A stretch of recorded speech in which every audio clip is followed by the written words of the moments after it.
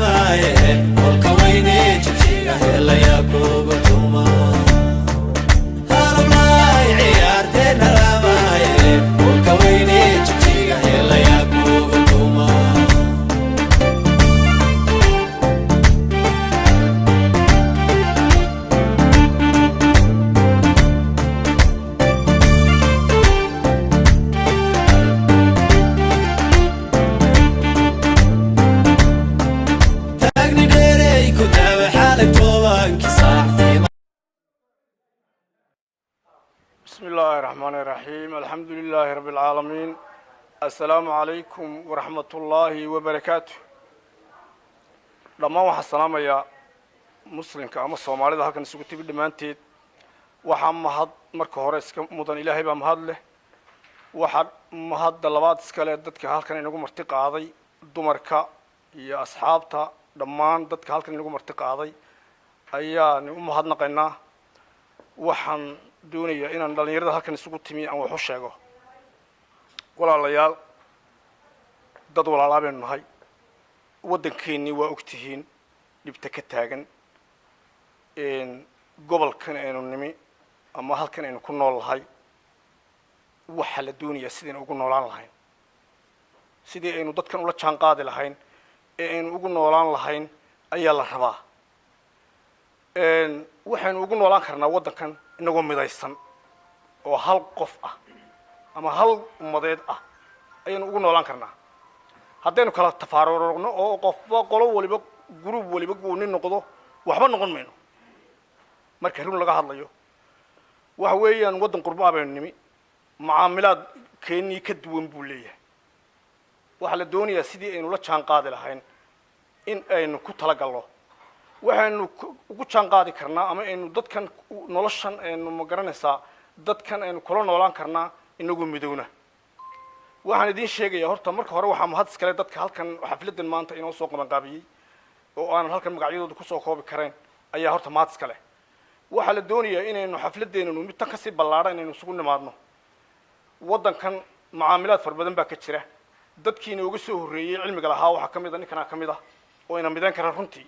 uma baahnin ninina kala saarayo oo in yarba meel ku oodayo ama qabiil hebel iyo fadhi ku dagaalan iyo qabiil hebel waa waxa dalkeennii burburiyey waxaan idin leeyahay dhalinyaro waxa la doonaya inay midaysnaataan beri dhaweyto gabadh baa la xidhay anigu aan garanayo waxa la yidhi gabadhii sidaan usoo diin lahayn baan foligeed qabana waxa la yidhi jaaliyad baa wax soo diin karta waa ogtiin jaaliyaduhu waxay leeyihiin awood bay leeyihiin haddaynu midaysan nahay oo aynu jaaliyad nahay awood baynu leenahay ummadaynu wax la qaybsanaynaa shaambadda jaaliyaddu meel walba haddii shaambadda imika warqad lagu shaambadeeyo waa warqad sharciyeysan markaad oday leedahay madax iyo mijir leedahay ummad aad tahay ka la xidho ka reerkii ka maqan yahay ka ma garanaysaayay dhibaataysan ka ma garanaysaayay arrin kale u baahan intaba waa la soo deyn karaa waa la dhamayn karaa oo arrintiisa waa la dhamayn karaa laakiin haddii aynu qof waliba meeluusaa u taagnaado oo nin waliba dantiisa gaar ahaaneed uu ma garanaysaa fishado waxba inoo socon maayaan waxaan idin leeyahay aynu midaysnaano aynu isu nimaadno aynu badinno majaalista iyo isu imaatika iyo kulanka intan ka ballaaran inaynu isugu nimaadnaa baynu ku tashanayna haddii ilaahay ka dhigo kulankana dadkii soo abaabulay waa mahadsan yihiin waxaanan idin leeyahay niman yahow dhalinyaro oo aniga iga tala anigu dadka cusub baan ka mid ahay magacayga waxa la yidhaha Ismaaciil Yuusuf idinla mid baan ahay waan idinka yar weynayuun boqoladan imika soo gashay baan dadkii ugu waaweyn ka mid ahay waxaan idin leeyahay waxa ina maamuli kara oo ina hagi kara rag fara badan oo magaalada jooga uu ninkan ka mid yahay waxaan hadalkii kaga baxayaa waynu guulaysanayna haddaynu midowno waanaan idin salaamaya dhammaantiin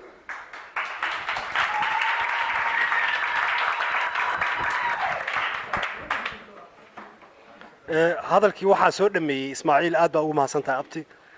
waxaan ku daro ka dhiman ma jirto waxa weeye midnimada iyo wada socodku waa wax kulligeen dan inoo ah wax hal qof gooni dan ugu amaaha waa wax la wadaago oo waqafa marka waxaan rajaynayaa kulamo badan baan hadda ka hor sameynay ilaa bishii April waa isku imanaynay dhowr jeer baan hadalka ka dhawaajiyay dhalinyarada qaar baa imanaya dhagaysa u imanaya meesha talow maxaa ka socda markuu u bogo sheekada socota banaanku u baxaya 10 kala loo soo akhrinaya kiyo waxa arkaysaa wiiga dambe ama bisha dambe bedelan xagee amarkaaga dhacay xagee ciladu ka fushay waa ogeed waxaan ka hadalnay wax dan guud ay ahayd waxna wada quseeya maxaa afka la buurtay ama la iman weyda marka waxaan idin ka codsanayaa hadalkii aan ku bilaabay April ayaan wali ku taagna ما شاء الله بقول Soomaaliyeed oo dhalinyaro ah hadii 80 xumaadaan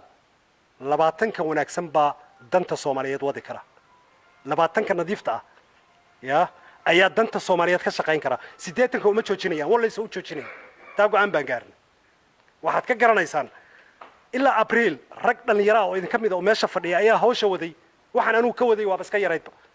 iyaga dhalinyarada xiriirinay iyaga raashinka soo guray lacagtana aan ku afurayna iyaga iska aruuriyay jabkooda ka aruuriyay xaqiiqda laga hadlaa fiican ma cid baa mushaar siisay ma dawlad bay bariyeen oo codsi dhibteen oo lacag siisay waa maya marka waxaan idin ka codsanayaa bil walba mar baan kulmaynaa hadii rabidmo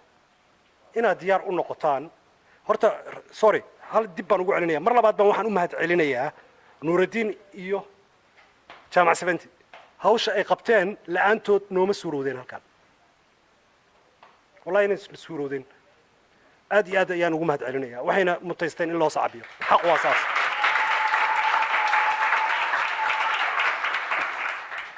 okay inta waxaan ku darsanayaa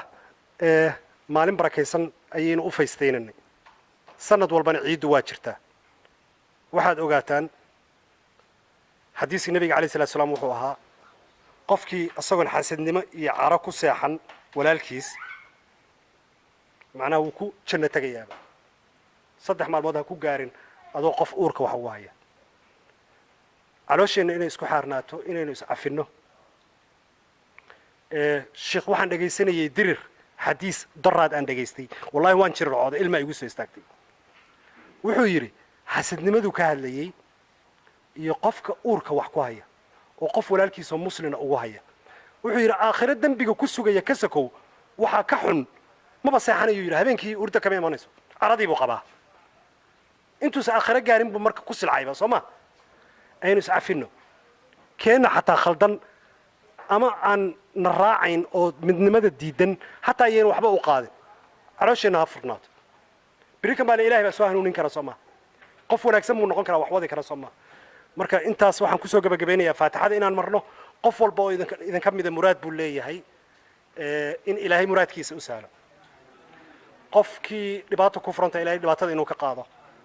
waxaan jeclahay sanadka dambana inteenan ilaa 40 konton baynu nahay laakiin magaalada ilaa 500 waa ku dhownaay 500 ba inay isku timaado on qof ka maqnay aad baan idinku mahad celinaya assalaamu calaykum de kulli haday yeera baahdo waa kamaradii koowaad aan hor istaagay yaan la yaabin arrin baa la horta waxa weeyaan marka koowaad ilaahay baa mahad iska leh dhamaantiin halkan suuqan keenay marka labaad dadka soo abaabulay kulankan aad u mahadsiin jaamac sameyntii Nuuruddin iyo Maxamuud iyo dhamaan haweenkeena barakeysan ilaahay barakada galiyay aad iyo aad baa u mahadsan yihiin dhamaantoodna waan salaamayaa waxaan kaloo salaamayaa inta ummadda islaamka iyo inta af Soomaaliga ku hadashay dhamaan dadka Soomaalida jaaliyada Bariman ee halkan ku dhaqan aad iyo aad baan u salaamayaa salaanka bacdi horta arrin baa la leeyahay jaamac iyo waxaan u jeedaa Ismaaciil iyo Maxamuud hawlada ka dhawaajiyeen baan yarka daba tagiya horta niyo Soomaali hadeen nahay runtii in isku sheega fiican qof kasto bilaadana qalbigiisa iyo qulubtiisa ilaahay baa daalacanaya laga warrami karo laakiin sinuu ruusiinu wanaagsan yahay inaan wanaagsaneyn shaqadiisa wax ku yeelay adiga ma ilaahay baa la xisaabtamay laakiin hal mid baan ugu baahan yahay Soomaalida adduunka ku nool ama qurbaha joogaan ama bannaan ha joogaane qof waliba dee meel buu ka yimi meeshuu doonaha ka imaado laguma haysto dee calooshaada iyo urkaa ku haysta meeshaad ka timaado laakiin dintan guud iyo xasanaad iyo khayrka wixii ka shaqaynaya dee la shaqee oo la garab istaagdi laakiin hadhow halkaa timaado haddana fatrigidhaa meelaha haddii ha ka maleegin adeer arrin baa laale teeda kale ilaahay bayna abuurtay dad bilaadanay halkan baynu ku noolnay qurbahan carruur baad ku dhalaysaan ood ku tabcanaysaan horumaryo mustaqbal baa u timaadeen siyaasad iyo qabyaalad soomaaliya halka dhigan baa loogi adduunyada nuclearada iyo diyaaradaha samaysatay halkay maanta aan ka taaganahay waad ogtiin ma garanaysaan ama fatrigidhaha laga shaqeeyo ama waxa laga shaqeeyo wax halkaana dhigay qofna kama qarsoono qof walba uu yahay haddaba ninka maanta halkaa joogay ee fatrigidhaha kala xisaabtamaya ee weli dubkii taagan halkii bahaleed dee siyaasadda iyo qabiilka ninkii wax ku cunay kursiga ku fadhiye bahalday ku doonayaa dee ay anfacaysaa dee laakiin halkan baa joogtay qaxoonti baa tahay islaandar baa taa lagu leeyahay gidaarkaad istaagtaba halkaasuu mid ku dhimanaya cid soo qaadaysaa ma jirto cisbitaal buu qof keliya cid u tegi kartaa ma jirto qof baa la xidhaya cid u tegi kartaa ma jirto awood ma lihid aad kusoo diiso sideeba haddaba aad wax kasta ilmahaagii u ilaashan kartaa masaajid u geysan kartaa madrasada qur-aan ku heli kartaa dinta guud u heli kartaa qof dhintee loo aasan karaa xabaalaan ugu yeelan karnaa masaajidaan ugu yeelan karnaa waa in jaaliyad la helaa jaaliyad haddaba sidee lagu helaya waa in laysku duubnaadaa waa in xaqiiqada iyo runta laysku sheegaa ma aha in dee indhaha la kala qarsoo la idhahdo caynkan qofkii dinta wanaag wada ee khayr iyo xasanaad wada ee din guud wada la shaqee soomaali mid bay ka dhimatay waxaad odhanaysaa marti buu ku yahay maalinta koobaad gurigaa uu kugu imanayaa gurigaaga markuu kugu imaado maalinta koobaad halkaad dharka iyo maryaha ku bixiso ku bixinaya maalintaad ku tiraahdo war guriga innagaa wada lehe abtow gacaliyan ku wada noolaan lo halkaasuu kugu xaarayaa badde waa dintii guud baa dhimatay moogta ma garateen adeer markaa arrin baa laale eedhe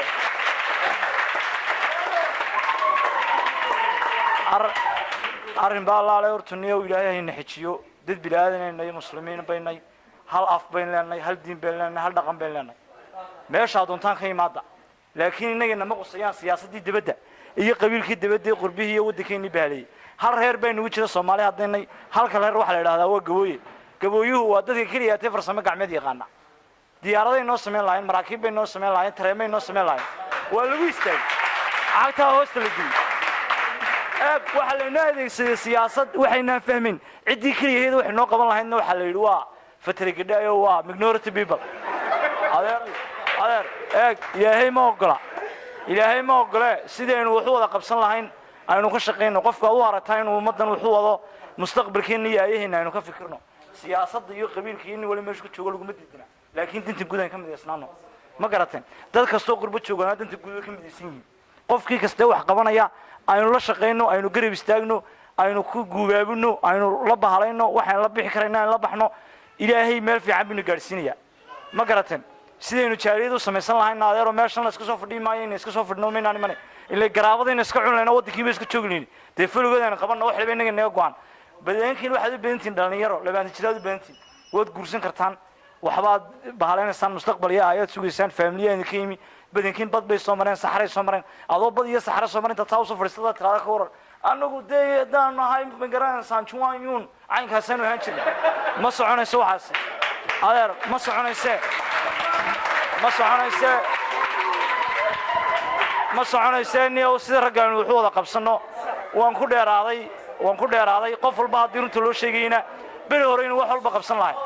maanta 20 sano 30 sano ayay joogeen Soomaaliya inagu soo horeysay meeshan maanta ilaa maantana waa bila jaaliyad maxay ku dhacay inuu mandrees ma garanayo laakiin maanta inaga joogna waxaanu qaban karaynaa in la qabano anu maxamed faraaq aanu arkaa aniga kaliya ee magaalada wax qaban karaya la shaqeeya aynu garab istaagno kii wanaagsan ee hawl fiican wadana aynu la shaqeyno garab taagnano anu waan garab taagnaanaya qofka ilaahay oo miyuu cirka ka soo dhaco ilaahay dan guud baan wada anu waan la shaqeynaya shakhsi baan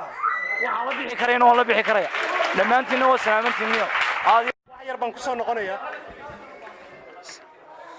wax yar asbaqno waxaan u mahad celinayaa ninka Cawaale sida hadalka biyo meel godan ba iskugu yimaadaan ya xaqiiqda uu taabtay meesha aan ka dhaawacanahay Soomaaliya hadda nahay ilaahay khayr ha ka siiyo waxaan rabaa hadda inaan mikrofoonka u dhiibo waxa jira wiil iyo gabar aad noo caawima waa Ikraam iyo Fariid inta soo wadnay ilaa April hawshan iyagana la waday wana caawimayeen iyagana ilaa aan jaaliyad ka gaarna naga caawinay oo diyaar u ah Mubarak Said inshallah für euch alle und für eure Familien und ich wünsche euch alles Gute für eure Zukunft, für euch und für eure Familien. Es freut uns sehr, heute hier bei euch zu sein und mit euch zu feiern. Das ist eine Ehre für uns. Also wir freuen uns sehr, mit euch zu arbeiten. Also wir finden euch alle sehr, sehr nett und ihr seid alle sehr gut diszipliniert und wir freuen uns auf eine Zusammenarbeit für die weiteren Jahren vielleicht, inshallah. Warum nicht? Und wir fühlen uns wie eine Familie. Also und ich wünsche, dass ihr auch immer so bleibt und dass ihr immer zusammenhaltet und euch gegenseitig helfen. Und es wird inshallah alles Gute. Ich wünsche euch alles Gute. Von mir auch, Eid Mubarak Said. Ich kann eigentlich nur wiedergeben, was Farid sagt. Das macht uns großen Spaß. Also wir haben gedacht, wir machen nur dieses Seminar in Bremerhaven. Wir wussten nicht, was danach passiert.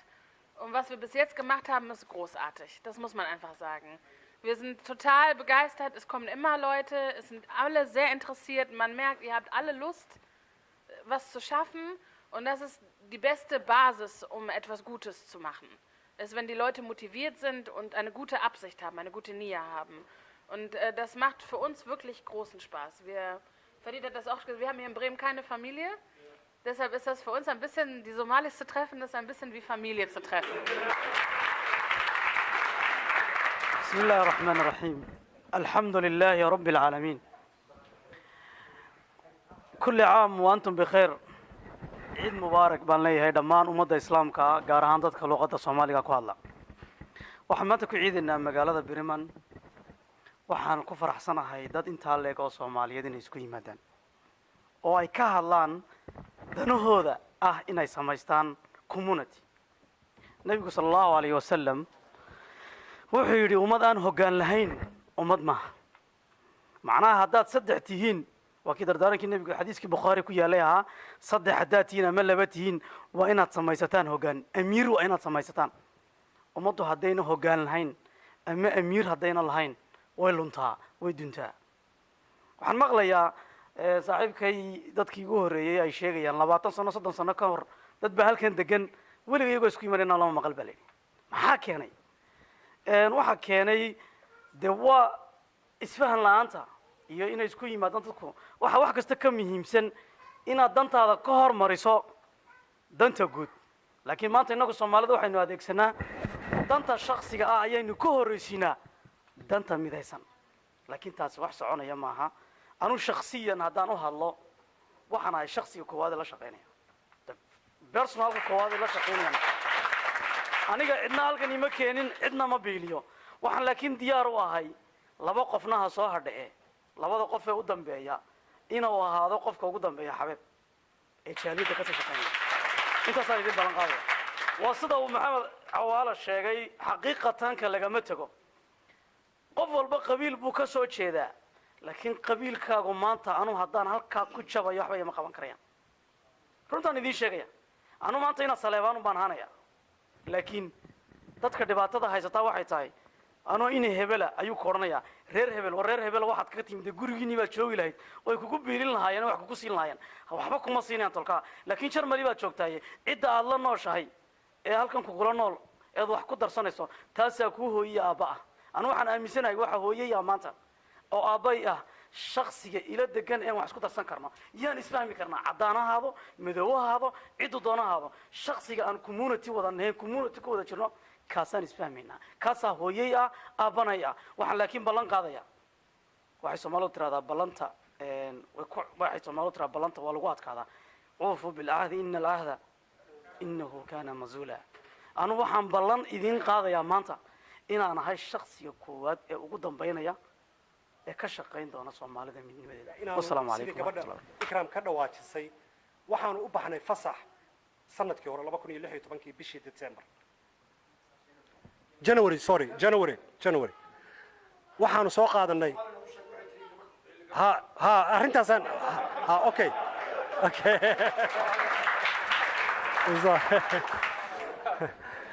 Ikram, ich sollte übersetzen, was Farid und Ikram gesagt hat. Habe ich vergessen. Okay, zusammengefasst, haddaan isku soo wada duba labadooda waxay ka hadleen waxaanu u baxnay annagoo 35 Soomaali dalxiis hay'adda shaqaaluhuna siiyeen Soomaali haddaan nahay wiig ayaanu meel xeebta ah hotel deganayn siminaar ahaan sharciyada asuulka ayay gabadhu sharxaysay waxyaabo badan baan dadka qaarkood hadda way ka mid ahaayeen dhalinyarada ragga halkan fadhiyaa ka mid ah waxaanu marka isla garanay see hawshaan u wadan karnaa macna inaan isku nimaano see dalxiis ugu wada bixi karnaa sidee ilmaheenna ama dad isku duuban u noqon karnaa wax u qabsan karnaa sida dee ummadaha kale yihiin waddan walba siduu yahay waxaan idhi arrintaa waa adag tahay ma samayn karno hadda markhaati baa laga wadaya waa adag tahay oo markaanu wada hadalno ayaa ninkii fiicnaa oo birita bedelan baad arkaysaa fadhi kudirirku tegayaa back factory iyo banofka iyo meelo balaayaa loo soo akrinaya sidaa darteed kiyoo bedelan baa arkaysaa war wixii suubanaa aan ku wada hadalnay meel cod baa la iska qaaday waxay u badatay waa samaysanaynaa inta wanaagsan uma baaba'aysa inta xun go-aankaasaa la gaaray soo saa maahay okay haddaba waxaa bilaabatay inay yidhaahdaan waa idinka caawimaynaa baa meeshaa ka dhalatay arrintaa waa idinka caawimaynaa hay-adda shaqaaluhu sidii soomaali u istaagi lahayd ee u yeelan lahayd urur aan tuug ahayn anugu irsaaqad uma baahni urur arrinta hadda aan rabay inaan ka hadlo horta waan turjumayey gabadhu waxay tiri marka waxaan filayay iska hadal inuu yahay arrintii markaynu dalxiiska go-aanka kusoo gaarnay sheeko meesha ku dhammaan doonta laakiin ilaa abriil waxaan arkayaa maalinba maalin interestiga soomaalidu inay midowdo ay wadato waa sii kordhayaa wuu sii badanayaa hadda arrintaas wax lagu farxa weeye marka anna waxaaban dareemayba aniga famili iima joogtay tira halkan markaan soomaalida la kulmo waxaan dareemay inaan soomaali noqdo familiyadeedu inay soomaali noqoto ma fahanta okay arrinta aan rabay hadda inaan ka dhawaajiyo waxa weeye waxaa jirta soomaalidu waa iska xukuumad jecesha waxay jecesha anaa guddoomiyaha iyo anaa madaxweynaha iyo anaa wasiira horta urur samayntiis anigu sharci ma raba inaan ku qaato lacagna ugama baahni inaan jeebkayga anigu wax ka tara maayo baahi iima hayso jagaraadiisna kama ihi oo waqti uba hayo sidaa darteed muddo sanad ku dhow ayaan mas-uuliyadda waxaan raadinayay yaa xilkaa ummaddan cusub qaadi kara haddii dad badan ay qabeen maxamuud faarax baa guddoomiye raba inuu noqdo guddoomiye ma noqonayo guddina ma ku jiro dhallinyarada soomaaliyeed ayaan indheeyey waxaanan kala soo baxay ninka mustaqbilka u noqon kara guddoomiye caawana inaan idin baraan rabaa ninkaasina waa nuurudiin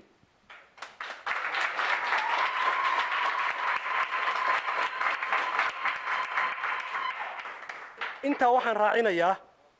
oo nuurudiin caawimayey oo la shaqaynayay oo intaa isku xiraya khadka oo meeshaan inaan ku faystayno noo suurageliyey waa jaamac samaynti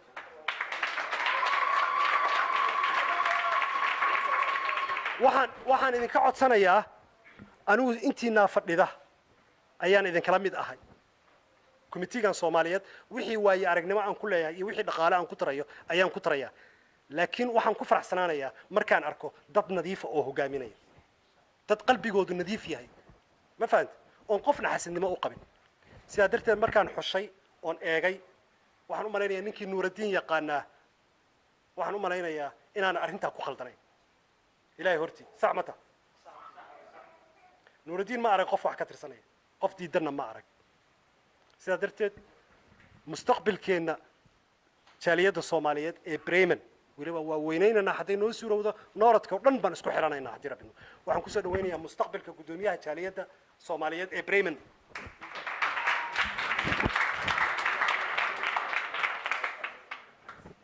بسم الله والصلاة والسلام على رسول الله صلى الله عليه وسلم horta waxaa mahad iska leh marka koowaad ilaahay noo suurta geliyay dhammaanteen inaan halkan isugu imanno inagoo caafimaad qabna tii ay tahay maanta maalintii labaad ee ciida waxaan leenahay alxamdulilah ilaahay baa mahad iska leh horta waxaan go-aan ku gaadhnay bishii koowaad ee sanadkan cusbaa mar aan visit ku baxnay in aan jaaliyad samaysanay ayaan go-aan ku gaadhnay markaas aniga igumaysan jirin igumaysan dhalin inaan guddoomiye ka noqdo ama xubin sare aan ka noqdo ma aansan doonayn balse laakiinse dhaqdhaqaaqayga iyo waxqabadkayga waxaan keliyaata wuxuu qabanayay sidii dee dadka aan wuxuu ku qaban lahaa horumar aan u gaadhsiin lahaa fir-aanka aan iskugu keeni lahaa aan waxyaalo fara badan aan iskugu xiri lahaa saa daraaddeed un baan anigu wuxuu qabanayay mooyaane ma aansan jeclayn inaan maanta mas-uul aan ka noqdo ama waxyaalo saay balse laakiinse maadaamuu adeero ii doortay maanta mas-uuliyad uu saaray waxaan leeyahay ilaahay ay la garab galo alxamdulilah waa sax waa si wanaagsan aniguna mas-uuliyadda insha allah waxaan rajaynayaa inaan sideeda uga soo bixi doono mideeda kalena hawsha dee keligay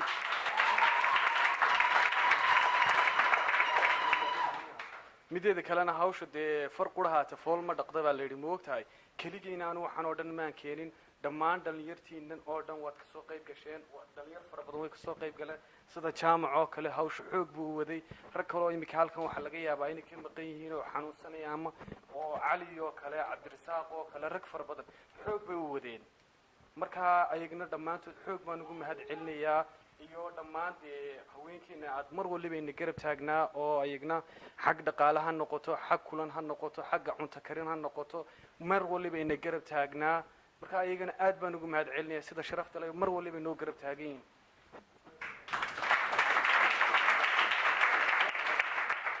waxaanan leeyahay insha allah hadduu alla yidhaahdo waxaan sii wadi doonaa dadaalkeena iyo horumarkeena horaan ka sii wadi doonaa ilamaa iyo hadafkeena aan gaadhno horta feercayn haddii aan waxoogaa ku yar noqdo waayo dad fara badan oo mas-uuliyiin oo iga horreeyey oo halkan ka hadlay ayaa ka dhawaajiyey feercaynku ma aha mid iska dhayaldhayala ama qof qurahaata wax loogu qaban karo maaha waxa weeye jaan feercaynku wuxuu matelayaa dhammaan soomaali oo dhan si ay wax u wada qabsan lahaayeen tusaale ahaan oo kale haddii aan usoo qaato keena cusub ee maanta soo galay sidii waxbarasho loo geyn lahaa iskuul ha noqoto dhakhtar loo raaca ha noqoto turjumaan ha noqoto kan muxuu ahaa jeelka ku jira sidii loo soo damiinan lahaa loogu tegi lahaa waxyaalahaas oo dhan keliyaata waxa qaban karaya feercayn ma qaban karaya nin qurahaata ama dee nin waliba qabiilkiisa waxaas ma qaban karayaan markaasaa daraaddeed aan ku gaadhnay in aan group samaysano feercayn insha allah ilaahay aynala garab galo waxaana leeyahay dhammaantiin aad baad u mahadsantihiin sida sharafta leh ee quruxda badan leh ead uga soo qayb gasheen aad iyo aad baan inigu mahad celinayaa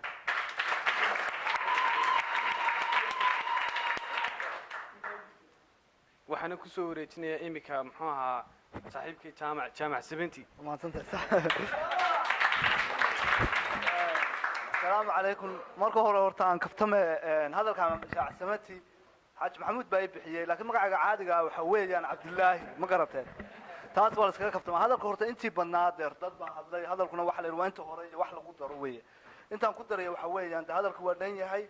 gudoomiye mustaqbalkana hadda waa ag taagan yahay waa Nuuruddin saa aragtaan waa nin mas'uuliyad ku dheehan tahay anigu muddo ka soo shaqeynaya arrintan oo waxyaabo badan soo qabtay waa inaan maanta kaga gam'i karo oo aad ugu kalsoonahay in maanta gudoomiye inoo noqdo waana wax lagu farxo maadaama Ilaahay subxaanahu wa ta'ala uu garansiiyay Maxamuud Xaaji Maxamuud Faarax inuu ninka macnihiisa simbal ahaan u sii magacaabo oo dhaho ninkaas waa ninka mustaqbalkeena hogaamin kara waa wax aad loogu farxo mas'uulinimo hadday noqoto iyo hadday noqoto dadnimo waa nin aad ugu fiican aad baan ugu soo dhaweynayaa marka hore sax aad baan ugu soo dhaweynayaa jaaliyada insha Allah waa kula shaqeynaa in xubin laga noqdo in mas'uul la noqdo ama gudoomiye la noqdo ama wax kale la noqdo maaha muhiimadu waa inaan member ka noqotaa jaaliyada oo dadka wax tari kartaa way muhiimadu waa inaan dadka wax tari kartaa laakiin gudoomiyahan hayo gudoomiye ku xigeen baan hayo khasnad baan hayo waxaas wax faa'iido leh ay ku jirto ma muhiimadu waa inaad member tahay shanta aad eera ku darsatid baad dad caawinaysa intaas if iyo aqrabo kugu filan aduna waa laga tagaya waxa ka raacaya maalkaaga waa ka haray ehelkaaga iyo maalkaaga iyo camalkaaga ku raacaya ehelkaaga iyo maalkaaga waa ka soo noqonaya waxa kugu haraya camalkaaga kugu haraya Ilaahay subxaanahu wa ta'ala maanta camalkaaga kala xisaabtamaya hooyada iyo aabaha kala xisaabtamaya caruurtaada kala xisaabtamaya lacagta lahaan jirta kala xisaabtamaya marka Ilaahay subxaanahu wa ta'ala in la xasuusiyo iyo cabsida Ilaahay la isgaliyo waa fiican tahay waxaan ku soo gabagabeynayaa aakhirkii horta hawshii intii hore oo dhan waa la soo sharxay jaaliyadana warkeeda waa haystaan maanta meeshii ugu dambeysay maraysaa guriga marka la dhisayna hoos baa laga soo bilaabaa ilaa uu ka noqonayo guri dhameystiran marka maanta alxamdulillah waxaan noo hadhay inaanu saarno jingandi inaanu xagga saarno dushi baa noo hadhay insha Allah soo ugu dhaqsiya badan baan u saarnaa nala garab galan ugu taageera inaguna naga mid baatiin hawsha wada aad baan ugu mahad celinayaa xafada maanta iyo qadar sharafta nagala soo qabgasheen waa mahadsantiin aad baan istaan